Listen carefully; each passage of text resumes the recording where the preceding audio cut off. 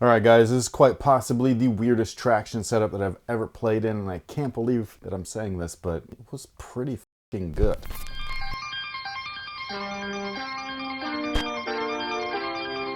Hey, what's going on everyone? My name's Chris. Welcome back to the official WearTesters.com YouTube channel. Today we got a detailed look and breakdown on the Li-Ning JB2. This is Jimmy Butler's second signature sneaker, and that would be with the Li-Ning brand, so again, the JB2. But I will say right off the bat, the logo, especially the logo on the box, threw me way the fuck off. Because when these came in, I thought that I had grabbed on accident a pair of skate shoes. This looks like the Volcom logo, but it's a J and a B. I don't know if it's the logo itself or the color of the logo, but yeah, I was like, what the, they still make shoes? Either way, this is the product, this is the box. So let's go ahead and talk about them, shall we? So the traction is the weirdest traction setup I think I've ever seen, and yes, this includes when they remove rubber and things like that, which we've seen many times, including on this particular shoe. So this one's very weird. You've got a half rubber, half foam setup. The foam, I was honestly like, I don't know if this is gonna work, because outside of Flotro from Under Armour, I don't feel like any of the foam setups have worked so far. I don't like Jordan Brand's version. Reebok's version, who actually started the trend way back in the 90s, kind of sucks ass too. So when this came in and I pulled them out of the box, I was like, I don't know, dude, like, this is, why do they keep doing this? You know what I mean? Like, I understand why. It's to reduce a lot of weight. Rubber is the main source of bottom heavy sneakers, but at what expense? You know what I mean? Like, we don't want to sacrifice performance just for a lightweight thing. Luckily, I haven't had any issues so far, so that's always good. The part that really weirds me out though is this forefoot. Like, this is the weirdest looking traction setup I've ever seen. It's not aggressive. It's damn near flat and smooth. There's just these weird textured triangles everywhere. And I don't know what it is about the rubber, but it makes the weirdest sound on the basketball court.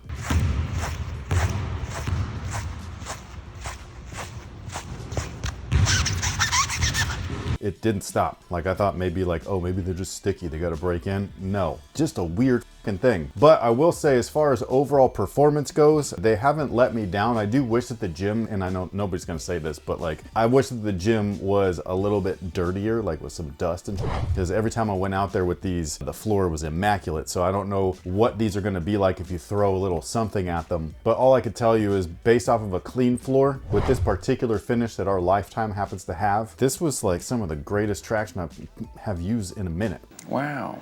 Yeah, that good. Now the cushion is really interesting because you can't actually see it. You do have a EVA carrier as well as a 4-foot lateral TPU wing, so they're kind of like caging that thing in there. But inside of all of that, which you can barely see in this little tiny cutout right here, is full-length boom cushion. So boom cushion for Li-Ning is their super like bouncy or super critical eTPU platform. So it's kind of like Boost, but way bouncier. So when they put it in something like this, it actually still feels like boom. One of the things that I love though about it, I don't know if this is supposed to be a dig at Nike or not, but the boom font right here is done up in the traditional Zoom font, and it's not Zoom, it's boom. But yeah, I just thought that that was funny. So answer Kawhi or something.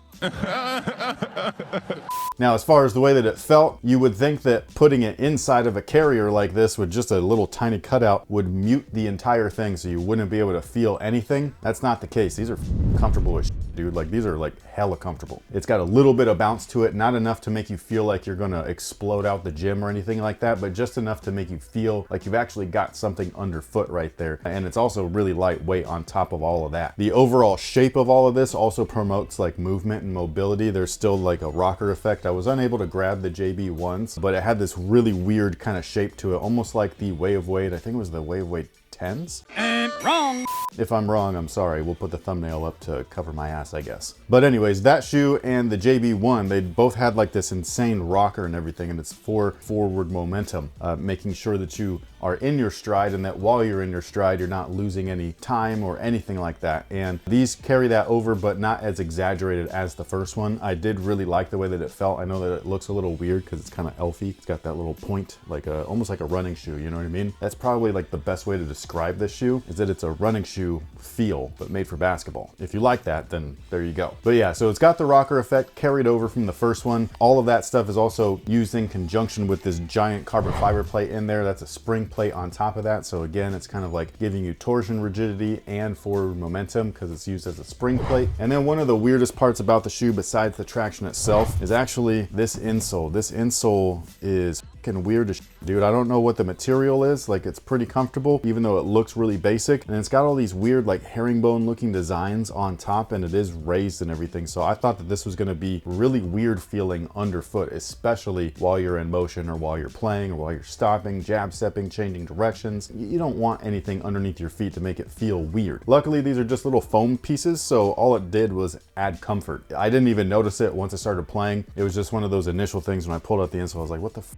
is that? Like, that's weird, but I loved it. Now the upper looks kind of basic. I've seen different colorways of the shoe that do use a different upper, so they don't use like this specific threading. They call it boom knit. Yeah, real clever. Either way, this is what this particular colorway has on it. I think this is like a breast cancer awareness colorway. There's like hearts and ribbons and all of that kind of stuff on there. They actually did a really slick move with the internal Li-Ning logo, and they changed that into a heart, but it still has the Li-Ning logo shape. So cool little thing that they did there. But either way, this stuff reminds me a lot of Under Armour's Warped uppers, only way more breathable and a lot thinner and everything. So there's a ton of airflow in here, and it's not restricted by anything really. The only thing that there is some restriction of is the eye stay area. So you got all these like traditional kind of lace loops, but they actually go into these little fingers along the midfoot, and they're on both the medial and lateral side. So that area right there literally will act like fingers when you lace them up, and it'll cinch you down and lock you onto the footbed, which is awesome. So if you like all of that kind of stuff and it sounds great, then you're probably gonna like these. We've seen stuff like this before with different brands, from Nike to Under Armour and Adidas and all that kind of good stuff. So this is just Li-Ning's turn doing it, and they did a good job. The one aspect of the shoe that I just don't like, and I probably never will, is just these stupid thin, these tongues are awful, dude. They're very breathable, so like you got to give them a little bit of credit where it's due, but outside of that, like I did have lace pressure even with these flat laces. So I wish that there was some sort of targeted cushioning along there, at least a little bit, you know what I mean? Like if they would have done this same exact tongue, but with a more puffy, kind of like what they did with that insole, just a little puffier kind of foam as the main body of the tongue, it would have alleviated all the lace pressure on there, and I wouldn't have really had anything to complain about. One of the weirdest parts though is the back. Actually, I think I've said the weirdest part 3 times now. So just one of the other weird parts is actually in the back. Typically you have what they call cat's tongue material right back here. It's not typical like as in standard. It's just when they do put something in the back there to have it like anti-slip, it's usually that cat's tongue where it's smooth going down and rough going up, so you don't have any heel slip and things like that. This particular shoe, I don't know if it's this colorway in general or if it's going to be all of the colorways, but it feels like a Care Bear got, you know, murked and skinned and placed on the sneaker.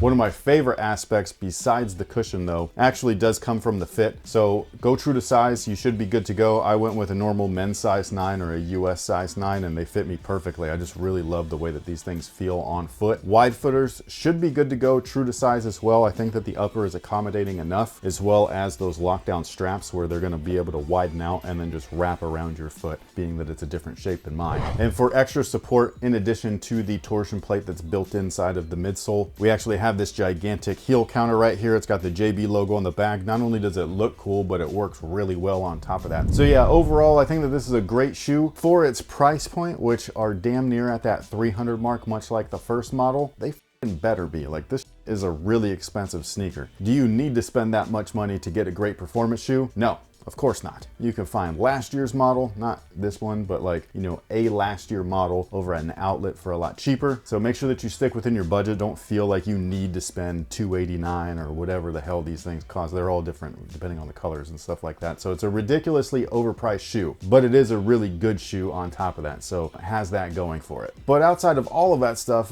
do we happen to have a question of the day? Yes. So this is for fans of Avatar: The Last Airbender. Okay, I'm intrigued already. Let's go. We obviously watched the new Netflix series. And they just got renewed for season 2 and 3. Super excited. Yes, and because of that, we are now rewatching the cartoon version The animated series, yes. for the 100th time. I was about to say the 1000th time. Like, we've watched that way too many times. So they obviously shoehorned a lot of stuff from the first season and second season of the animated series into the Netflix version. I was curious, what was your favorite moment that got put in? So you want me to do like a mini review? No, because I don't want you to go over the entire series. I just want you to, because I know mine, because I didn't think it was going to make it in there. And so I'm curious, what was yours? The moment thing is like hard for me because like we've seen the show so many times. You know what I mean? So I'm sorry, I'm gonna have to give a mini review. Adding Azula and their little trio was a we're big not, mistake. We're no, not it was nitpicking. a big mistake. We're going with positive moments. I know, but I'm just saying that was a big mistake. It could have, like that time that they used with those characters that shouldn't have even have been there, could have been used to explain Omashu a little bit better. It could have been used to explain the Mechanist and his son a lot better. I mean, maybe put them in the air temple where they were supposed to be. I will say though, because again, I can't remember like a specific moment, but I will say that my favorite episode by far, this episode saved the series for me, was episode 6. Zuko is my guy. I don't know if there's ever been a character that is me so much